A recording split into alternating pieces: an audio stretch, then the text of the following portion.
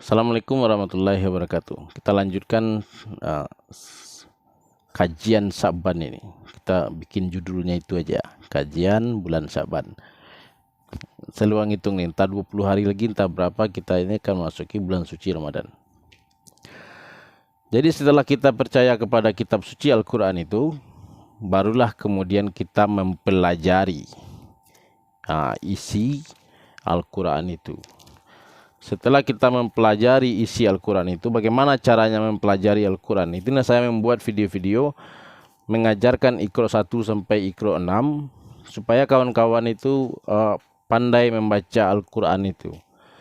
Nah, tapi sekarang ini sudah masuk zaman canggih, jadi tidak perlu khawatir lagi. Di sini kalau tidak pandai membaca Arabnya, di sini ada tulisan Latinnya. Ada Latinnya di sini. Nah, yang penting itu kawan-kawan itu harus membaca terjemahannya. Ini bukan tafsir, tapi terjemahan. Terjemahan itu translate bahasa Arab itu ke bahasa Indonesia. Jadi ketika kawan membaca teks Indonesianya ini berarti sama dengan membaca tulisan Arab itu. Hanya bunyinya saja yang berbeda. Orang Arab membaca tulisan Arabnya itu dia sudah paham maksud dan tujuan dari ayat itu. Nah, kita kan nggak ngerti atau tidak pandai menerjemahkan bahasa Arab itu ke bahasa Indonesia. Itu kan perlu belajar lagi. Nah, ini hitung-hitungan levelnya saya gitu ya, level orang bodoh gitu. Kalau orang pintar mah lain lagi kelasnya.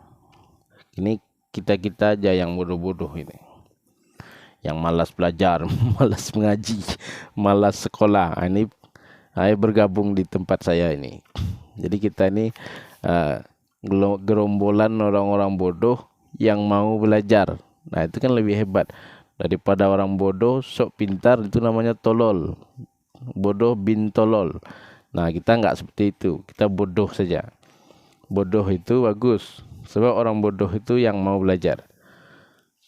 Nah, kita ini gerombolan atau klub atau kelompok orang-orang bodoh gitu. Nah, jadi gabung di klub saya nih, di pengajian saya ini. Biar kita itu sama-sama belajar bagaimana caranya keluar atau terhindar dari kebodohan itu. Jadi setelah membeli Al-Quran yang ada terjemahannya, baca tafsirnya. Nah, nanti belum puasa insya Allah saya akan buka-buka ayatnya. Tapi untuk saat ini belum. Karena membuka ayat Al-Quran itu gampang. Nggak ada yang susah, sulit, gampang semua. Kita tanya di Google itu, dia tahu semua. Hai Google, coba ayat yang menceritakan tentang puasa. Langsung Google itu menjawab. Ditunjukinya Al-Qurannya, ditunjukinnya pula halamannya. Ayatnya pun ditunjukin juga. Jadi Google itu udah canggih. Untung aja Google tuh nggak bisa ngeluarin duit. Hai Google, saya butuh duit. Nih, langsung keluar duit. Kalau Google itu bisa dimintain duit, nah itu dia bisa jadi Tuhan. Karena iman orang sekarang itu bisa dibeli dengan uang. Apa contohnya? Karyawan orang. Kita ini karyawan orang, punya bos, ya kan? Digaji sama bos kita. Ya. Tapi kata bos itu, jam 12 kurang disuruhnya pergi ke sana. Akhirnya kita nggak bisa sholat. Jam 3 disuruhnya lagi pergi ke sana. Pulang nanti jam setengah 6. Istirahat sebentar, disuruhnya lagi pergi ke sana. Lewat sholat maghrib. Sholat itu kalau tertinggal sekali saja, tertinggal dari yang 5 itu tertinggal 1, maka besok itu akan jadi kebiasaan meninggalkan sholat itu. Nah, kalau orang itu sudah mulai meninggalkan sholat, maka rasa cinta di dalam hatinya itu ditarik Tuhan sedikit demi sedikit. Dan akhirnya kemudian rasa cinta di dalam hati orang itu kepada sholatnya itu hilang sama sekali. Nah, kalau orang itu sudah tidak lagi sholat, berarti secara otomatis dia sudah keluar dari Islam. Jadi tidak susah-susah untuk keluar dari Islam itu. Ketika orang itu berhenti sholatnya, maka secara otomatis dia keluar dari Islam. Itu sistem otomatis. Jadi bukan di YouTube ini saja ada algoritma gitu yang bisa mendeteksi orang itu aktif atau tidak. Allah pun juga punya sistem yang canggih. Jadi kalau orang itu tidak sholat, tidak berpuasa, tidak berzakat, eh, haji pasti ya enggak juga. Nggak mungkin orang pulang haji itu dia tidak sholat dan tidak puasa. Malu sama peci putihnya itu. Kadang orang kalau pulang haji itu peci putihnya itu enggak pernah lepas lagi. Ke toilet pun masih dipakai peci putih. Di rumah pakai celana kolor itu, pakai singlet, tapi peci putihnya tetap dipakai. Biar dipanggil Pak Haji gitu. Nah gitulah dia itu, tidak mungkin dia itu meninggalkan sholat karena sudah haji. Jadi orang-orang yang meninggalkan sholat ini ya kayak saya ini. Orang yang bekerja, sibuk bekerja, kadang hujan, kadang panas. Jadi kadang bajunya kotor. Kenapa nggak sholat bro? Baju saya kotor, celana saya kotor. Nah, banyak alasan yang dibuat itu untuk meninggalkan sholat itu.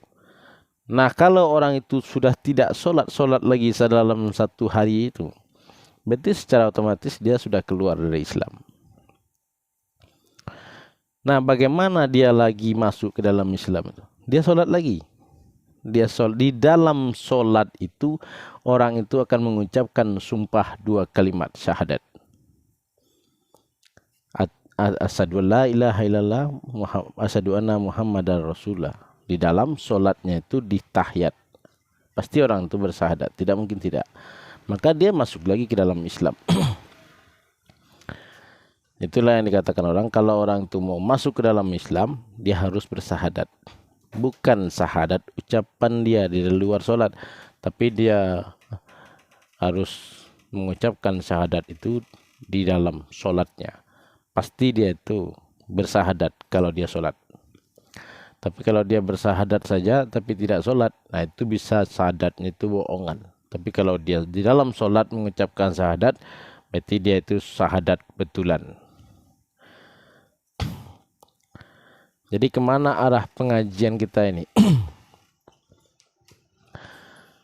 Arah pengajian kita ini, bagaimana caranya memasuki bulan Ramadan itu dalam keadaan bersih.